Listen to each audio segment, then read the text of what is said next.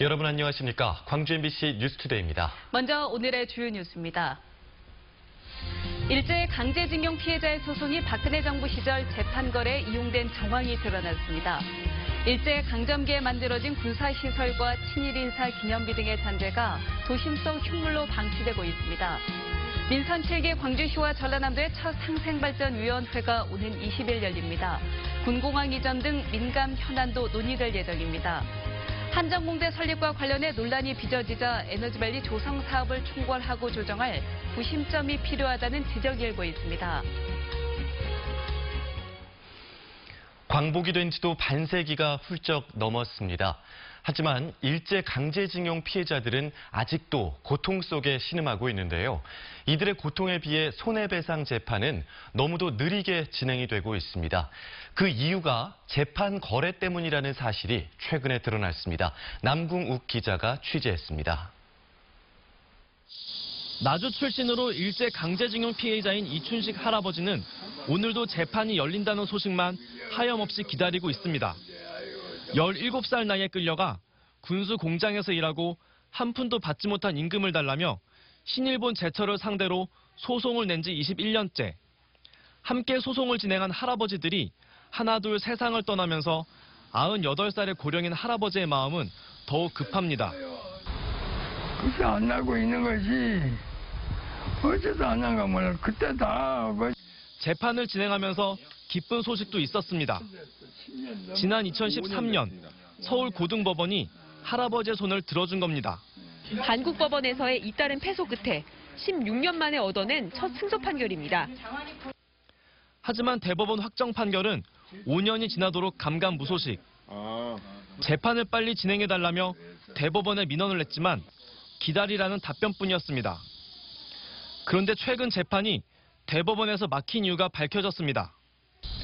최근 공개된 대법원 법원 행정처 문건에 따르면 박근혜 정부와 양승태 대법원은 일제 강제징용 재판을 재판 거래에 이용했다는 사실이 드러나기도 했습니다.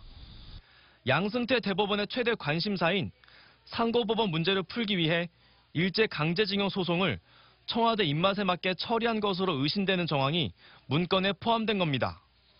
이걸 청와대에서 가로막고 방해를 하고 그리고 중립적이어야 될 대법원이 이걸 재판 거래를 하고 했다는 것은 도저히 국가가 국민의 보호 의무를 포기한 거 아닌가 하는 생각이. 이와 관련해 최근 대법원은 이춘식 할아버지가 포함된 일제 강제징용 소송의 판결을 전원 합의체에 넘겨 올해 안에 판결이 나올 것으로 기대됩니다. 73년째 해방되지 못하고 있는 할아버지의 한을 풀고 재판 거래의 진실도 풀 수 있을지 주목됩니다. MBC 뉴스 남궁욱입니다.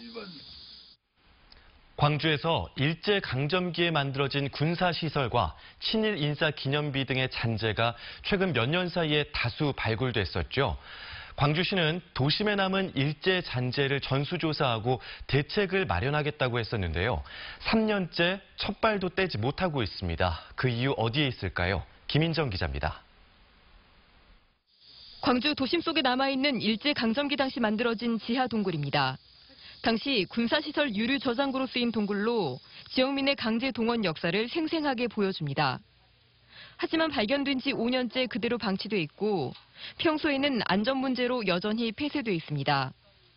동굴의 역사적 가치를 활용해 일대를 역사공원으로 만드는 사업이 추진됐지만 국비 확보가 안 된다며 흐지부지된 상태입니다. 예산 타령을 합니다만은 저는 의지가 부족해서 이루어지지 못하고 있다고 생각을 합니다. 교육감님이나 시장님, 광주 시민들이 힘을 좀 모아서 이 남아있는 흔적을 우리 자라나는 후손들에게 교육의 장으로 만들었으면 좋겠습니다. 광주공원에 있는 친일파 비석 역시 누군가에 의해 훼손되는 사고까지 발생했지만 3년째 방치 중입니다.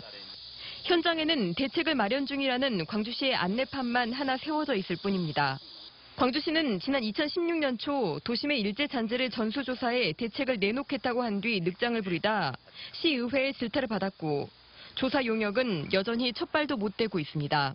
좀 아쉬운 것은 뭐냐면 그 동안에라도 사람이 할 수 있는 것들은 그 행정이 아닌 사람이 할 수 있는 것들은 조금 했었으면 좋을 것 같은데 지금도 이제 보시면 아시겠지만 주변이 굉장히 지저분하잖아요. 관리가 안 되고 있고.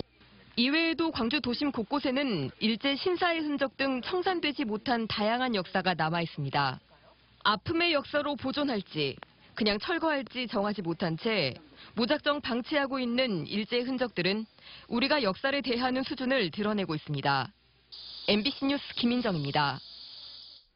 광복절인 오늘 광주와 전남 지역은 현재 대체로 맑은 날씨를 보이고 있는데요. 오늘 오후부터는 비가 내리겠습니다. 제15호 태풍 리피가 열대 저압부로 약화되면서 북태평양 고기압의 가장자리를 따라 남해상으로 접근하겠는데요. 이 영향으로 남해안과 지리산 부근 또 동해안 지역에는 비가 내리겠습니다. 오늘 늦은 오후부터 내일 오전 사이에 광주와 남해안을 제외한 전남 지역에는 20에서 60mm의 비가 내리겠고요. 전남 남해안을 중심으로는 30에서 80mm의 비가 내릴 것으로 보입니다. 특히 남해안과 지리산 산간을 중심으로는 시간당 30mm 이상의 강한 장대비가 쏟아지기도 하겠습니다. 시설물 관리 잘 하셔야겠습니다. 한편 광주의 폭염 지속일수가 오늘로 벌써 35일째로 전국에서 1위를 기록하고 있고요. 목포도 22일째 더위가 계속되고 있습니다. 이 폭염이 장기화되고 있는 만큼 건강 잃지 않도록 조심하셔야겠습니다. 현재 기온 광주가 27도 보이고 있고요. 낮 기온은 35도를 보이겠습니다. 그 밖의 지역도 35도 안팎의 낮 기온을 보이면서 어제 못지않게 덥겠습니다. 전남 서부권도 33도 안팎의 낮 기온을 보이면서 어제보다는 살짝 낮겠지만 그래도 폭염 수준의 더위가 이어지겠고요. 곡성과 구례가 34도, 광양은 33도를 보이겠습니다. 날씨였습니다. 목포 앞바다에 있는 고하도는 일제강점기 국토 침탈의 흔적이 지금까지 남아 있습니다. 일본 해군의 은신처인 해안동굴 등을 체계적으로 관리하기 위해 문화재 지정이 추진되고 있습니다. 김야훈 기자입니다. 목포가 바라다 보이는 고하도 해안가에 동굴들이 눈에 띕니다. 단단한 해안 안반을 정과 폭약으로 판 흔적들이 곳곳에 남아 있습니다. 일제강점기 일본군이 서해 항로 요충지를 방어하고 일본 해군 특공정을 숨겨두기 위해 만든 동굴들입니다. 고하도에 남아있는 태평양 전쟁 유적만 10여 개에 달합니다. 고하도에 관한 학술 연구 조사 결과를 바탕으로 고하도 해안 동굴 등을 국가 등록문화재로 등록하려고 추진 중에 있습니다. 고하도 부두 입구에 자리 잡고 있는 돌기둥. 국립목포학원이란 글씨가 새겨져 있습니다. 일제강점기 소년 범죄자 교육을 위해 설치된 갱생시설인 가마온의 또 다른 명칭입니다. 당시 고하도 가마온 규모는 5만여 평. 소년원이나 형무소 등과 달리 생업에 필요한 과목들을 가르치기도 했습니다. 물은 목포에서 배로 가져왔는데 전용배를 대기 위한 당시 부두시설이 지금도 남아 있습니다. 가마온은 일제강점기 때 운영되다가 강복 이후 국립목포학원이라는 이름으로 계속 유지되다가 1967년도에 정식으로 폐쇄되었습니다. 가마온은 일제강점기 식민지 사회상을 보여주는 역사 교육의 현장입니다. 하지만 시설의 특성과 위치의 격리성으로 관련 기록과 자료가 많지 않습니다. 목포시는 체계적인 관리를 위해 시 문화유산 지정을 추진하고 있습니다. MBC 뉴스 김양훈입니다. 제73주년 광복절 경축 행사가 애국지사와 광복 회원들이 참석한 가운데 오늘 오전 광주시청에서 열립니다. 경축식에 앞서서 이용석 광주시장 등 각계 대표들은 상무 시민공원 독립운동 기념탑에 헌화할 예정입니다. 이어 5.18 민주광장 민주의 종각에서는 시민대표들이 평화와 통일을 염원하는 타종 행사를 갖습니다. 광주 광덕고등학교에 태극기 상설 전시관이 들어섰습니다. 광덕고 태극기 전시관에는 광복회로부터 기증받은 태극기 작품 100여 점이 전시돼 있고 항일운동과 4.19 혁명, 5.18과 6월 항쟁 등 태극기와 함께한 역사적 순간들이 사진과 영상으로 구성되어 있습니다. 광덕고는 교육청과 학교법인의 지원을 받아 2년 전 태극기관을 열었고 이번에 상설 전시관으로 새 단장했습니다.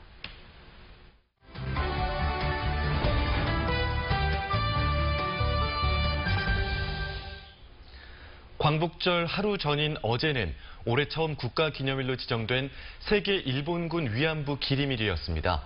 광복을 맞이한 지 73년이 지났지만 위안부 피해자들의 아픔은 여전히 계속되고 있는데요. 네, 일본군 성노예 문제 정의로운 해결을 위한 광주나비 김민경 활동가와 같이 이야기해 보도록 하겠습니다. 안녕하십니까? 네, 안녕하세요. 네, 어제 일본군 위안부 기림일을 맞아서 성명을 내셨습니다. 어떤 내용이었습니까? 네, 일본군 위안부 기림일이 첫 번째 공식 기념일이 된 것이 의미 있는 해이긴 하지만 여러 가지 문제들이 좀 정부가 반드시 해결해야 될 문제가 있다고 생각해서 그 내용을 담았고요. 네. 2015년 한일 합의가 그 내용이나 과정에서 문제가 많아서요. 반드시 폐기돼야 되고 또 화해치유재단 또한 해산돼야 된다는 내용을 담았습니다. 네, 문재인 정부는 2015년 한일 합의는 흠결이 있다. 그래서 앞으로 후속 조치는 하겠다. 이렇게 이야기를 했는데 어떻게 해야 될까요? 후속 조치를 하겠다고 발표를 했고요. 예. 몇 가지 좀 바뀐 것도 있습니다. 특히 화해치유재단 같은 경우 일본 돈 10억 엔을 정부 예비비로 충당을 했습니다. 근데 거기에 그치고 있는 상황입니다. 이 사진은 전원 사퇴를 했지만 네. 사무실 운영비나 인건비가 지금 나가고 있는 상태입니다. 그래서 특히나 화해치유재단이 굉장히 치욕스러운 상징이라고 생각을 합니다. 그래서 그렇죠. 그 화해치유재단이 반드시 먼저 해산이 되고 나머지 문제들을 풀어나갔으면 좋겠습니다. 네, 화해치유재단이 먼저 해산이 됐으면 좋겠다라고 네네. 말씀을 해주셨고요. 최근에 또 법원 행정처가 우리 위안부 피해자 할머님들의 소송에 부당하게 개입한 정황이 드러났습니다. 그 부분에 대해서는 어떻게 생각하십니까?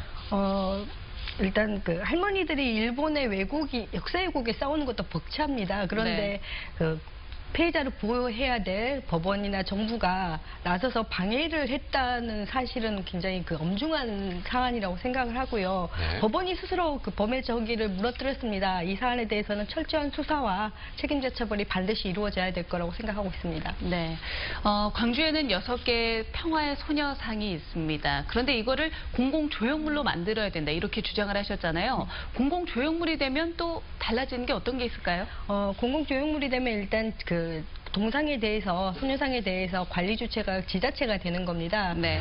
지자체가 되면 소녀상이 함부로 훼손되거나 방치되거나 횡물이 될 우려들이 있는데요. 그럴 우려들을 좀 방지할 수 지속적으로 있다고, 관리가 된다 이런 될 수 이야기시죠. 있을 거라고 생각을 하고요. 네. 또 소녀상을 관리 감독하면서 지자체가 그곳이 시민들에게 역사 현장이 될 수 있도록 하는 역할을 할 수 있을 거라 생각합니다. 특히 광주시에 조례가 있습니다. 조례 안에 일본군 위안부 피해자에 관한 조형물이나 동상을 관리할 수 있도록 규정이 되어 있으니 큰 어려움은 없을 거라고 생각합니다. 그래서 5개 구에서 좀 나서서 공공조형물로 좀 선정해 주셨으면 좋겠습니다. 네, 각 구청마다 그렇게 해야 된다 이야기해 주셨네요. 네, 그리고 마지막으로 현재 5.18 기록관에서 일본군 위안부 피해자들의 증언을 직접 들어볼 수 있는 전시가 마련되고 있다고요. 그 전시에 대해서도 좀 소개해 주시죠. 네, 8월 29일 11시에 개막하는 전시고요. 주제는 진실과 정의 그리고 기억이라는 주제로 준비되었습니다. 일본군 성노예 역사를 좀 바라보고 우리가 그 역사를 어떻게 기억하고 또 어떻게 계승해야 될까를 한번 같이 고민해보는 자리입니다. 부제가 일본군 성노예였다라는 주제입니다. 피해자들의 목소리, 삶, 또 역사의 진실과 마주함으로써 일본군 성노예라는 일본군 위안부를 역사의 본질을 좀 바라보자라는 의미입니다. 전시회 기간 중에 강연도 준비되어 있습니다. 9월 5일 오후 4시에 같은 장소에서요. 대중 강연도 함께 시민들과 했으면 좋겠습니다. 네, 광복절을 맞아서 의미 있는 이야기 나눴습니다. 말씀 잘 들었습니다. 감사합니다. 감사합니다.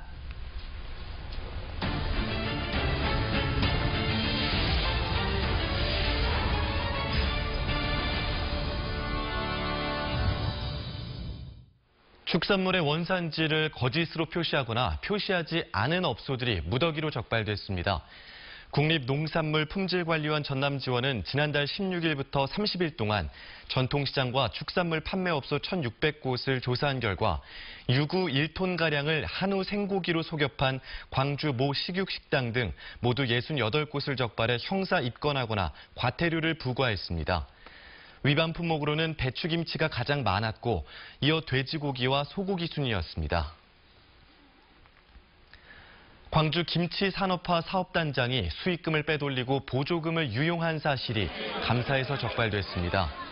광주시 감사위원회는 지난 5월 광주 명품 김치 산업화 사업단을 감사한 결과 문모 단장이 광주 김치축제와 서울 김장대전, 나주 한마음 장터 등에 참가해 수익금 1,700만 원을 횡령하고 지인들과 행사를 한 뒤 견학이라고 속여 보조금을 받는 등 10여 건의 비위가 드러나 경찰에 수사를 의뢰했다고 밝혔습니다. 빛가람 에너지밸리 조성 사업이 성공하기를 바라는 건 광주시와 전라남도 모두 이견이 없습니다. 하지만 한전공대 입지 등 중요 사안에 대해 입장을 달리하는 경우가 많아 에너지밸리의 구심점 역할을 맡을 컨트롤타워 설립이 절실하다는 지적입니다. 이계상 기자입니다. 광주 전남의 미래 성장 동력으로 평가받는 빛가람 에너지밸리 조성 사업. 2020년까지 500개의 기업을 유치하겠다는 계획은 관련 특별법 제정으로 순항에 돛을 달았습니다. 하지만 사실상의 구심점 역할을 했던 한국전력이 적자 구조로 전환되고 한전의 수장까지 교체되면서 에너지 기업 유치 열기가 한풀 꺾인 모습입니다. 전기요금 인하 문제부터 해가지고 계속 지속적으로 여러 문제가 얽혀 있어서 이 문제에 지금 집중하다 보니 지역의 아까 에너지밸리 조성에 관해서는 조금 소홀히 하고 있지 않나 이런 생각은 좀 듭니다. 관련 특별법에도 에너지 산업을 육성하고 에너지밸리 조성을 추진하는 책무가 국가와 지방자치단체에 있다고 명시돼 있습니다. 공기업인 한전이 이런 역할을 하는 데는 한계가 있기 때문입니다. 에너지밸리 조성 사업을 흔들림 없이 추진하기 위해서는 사안마다 의사결정을 할 수 있는 컨트롤타워가 시급히 설치돼야 한다는 지적입니다. 프랑스와 스웨덴, 중국 등 세계적인 클러스터를 육성한 나라에는 강력한 의사결정권을 가진 전담 기구가 있습니다. 시도 간의 갈등 조정 문제랄지 종합적인 전략을 수립하고 구체적인 실행 계획을 수립하기 위한 그런 컨트롤타워가 있어야 돼요. 한전 공대 입지를 놓고도 정치적 이해득실에 따라서 광주시와 전라남도의 입장차가 큰 상황에서 종합적 효율적 의사결정을 할 수 있는 에너지밸리 컨트롤타워 설립은 더 이상 미룰 수 없는 과제가 됐습니다. MBC 뉴스 이계상입니다. 민선 7기 들어 처음으로 이용석 광주시장과 김영록 전남지사가 만나 광주와 전남의 상생 발전을 논의합니다. 광주시에 따르면 양 시도는 오는 20일 오전 전남도청에서 만나 상생발전위원회를 열고 군공항 이전과 한전공대 설립 등 상생과제 추진 상황과 실천 방안을 논의하기로 했습니다. 이번 상생발전위원회는 지난 2016년 이후 1년 9개월 만에 열리는 것으로 군공항 이전 같은 민감 현안이 다뤄지는 것은 이번이 처음입니다. 이용석 광주시장이 현대차 투자 협상 과정에서 노동계 참여를 보장하겠다고 밝혔습니다. 이용섭 시장은 확대 간부회의에서 한국노총 광주본부의 제안을 받아들여 그동안 현대차와 진행한 협상 내용을 이미 공문으로 전달했다고 말했습니다. 또 투자 협상 과정에 노동계의 참여를 보장하고 광주형 일자리 4대 원칙을 투자 협약에 포함시켜달라는 제안도 수용하겠다고 밝혔습니다. 이 시장의 이 같은 방침은 투자 협약 체결을 위해 노동계의 협조를 끌어내려는 의도로 해석됩니다. 남북 관계에 훈풍이 불 것이라는 기대가 커지면서 지역에서도 교류 사업의 청사진이 그려지고 있습니다. 특히 시민사회를 중심으로 남북 교류 사업에 적극적인 참여 의지를 내비치고 있는데요. 그 실현 여부가 주목됩니다. 김종수 기자가 보도합니다. 지난 4월 판문점 정상회담 이후 남북관계 개선을 위한 교류 활동에 관심이 높아지고 있습니다. 이런 흐름을 타고 지역에서도 시민사회를 중심으로 눈에 띄는 대안 제시가 이어지고 있습니다. 우리 DMZ를 우리가 방문 이렇게 함으로써 평화통일에 대한 열망과 의지를 백제대간을 직접 이임해서 민족의 어떤 심장 생명을 맛보는 이런 것도 지금 추진하고 있습니다. 민선 7기 순천시 출범 이후 남북 교류 사업의 청사진이 그려지고 있습니다. 특히 지리적, 행정적 환경이 비슷한 평안남도 순천과의 교류에 관심이 높습니다. 생태 교류를 위한 행보도 의미 있는 첫걸음을 떼고 있습니다. 북한의 람사르 협약 가입에 이어 순천시와 북한 금강산의 유네스코 생물권 보존구역 동시 지정에 교류 활동에 마중물 역할을 할 수 있기 때문입니다. 또 철새들의 터전을 바탕으로 남북의 공동 연구가 활발하게 이어질 것이란 기대도 학계를 중심으로 높아지고 있습니다. 풍부한 생태계 자료를 또 만들 수 있을 것 같고요. 그렇게 된다고 하면 한반도에서 그 이동하는 철새들을 보호하는데 서로 많은 협력을 할 수 있을 것 같습니다. 그러나 북미 관계 교차에 따른 상황 변화가 여전히 변수로 남아있고 정부의 지원이 배제된 시민사회단체의 교류 사업은 한계에 부딪힐 수밖에 없는 상황. 남북 관계에 불고 있는 훈풍에 지역에서 또 다른 열풍으로 바뀌고 있는 가운데 풀뿌리 교류가 평화 정착에 힘이 될 수 있을지 지역민들의 관심이 커지고 있습니다. MBC 뉴스 김종수입니다.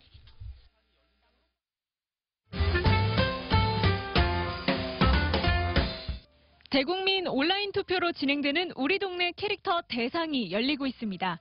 광주에서는 세계 수영선수권 대회를 비롯한 4개 단체 캐릭터가, 전남에서는 5개 곳 지자체 캐릭터가 참가한 상태인데요. 수상 캐릭터는 상금 3천만 원과 국내외 홍보 기회도 얻게 됩니다. 우리 지역 캐릭터에 소중한 한 표 행사하는 것도 좋겠죠. 재생에너지에 대한 관심이 높아지는 요즘, 시민들을 대상으로 하는 태양광 발전 관련 강의가 오는 31일 카톨릭대학교에서 열립니다. 태양광 발전 설비와 관련된 내용은 물론 마을 에너지 협동조합 운영 사례 등 다양한 정보를 제공합니다. 광복절을 맞아 나주 학생 독립운동 기념관에서는 학생들의 항일 정신을 기리는 작은 전시, 동맹휴학 학생이 일으킨 저항전이 열리고 있습니다. 1920년대 학생들이 일으켰던 동맹휴학에 대해 알리는 전시고요. 광복절인 오늘은 나주 전통부채 만들기, 펄러비즈 공예 등 특별 체험마당도 열립니다. 어린이 가족음악회, 해설과 함께하는 피아노로 듣는 동화 이야기는 오는 18일 유스케어 금호아트홀에서 만날 수 있습니다. 피아니스트 김정아가 친절한 해설과 함께 클래식 아기 코끼리 바바 이야기, 동물의 사육제를 직접 연주하고요. 그림과 영상을 통해 어린이들에게 쉽고 재미있는 음악 이야기를 들려줄 예정입니다.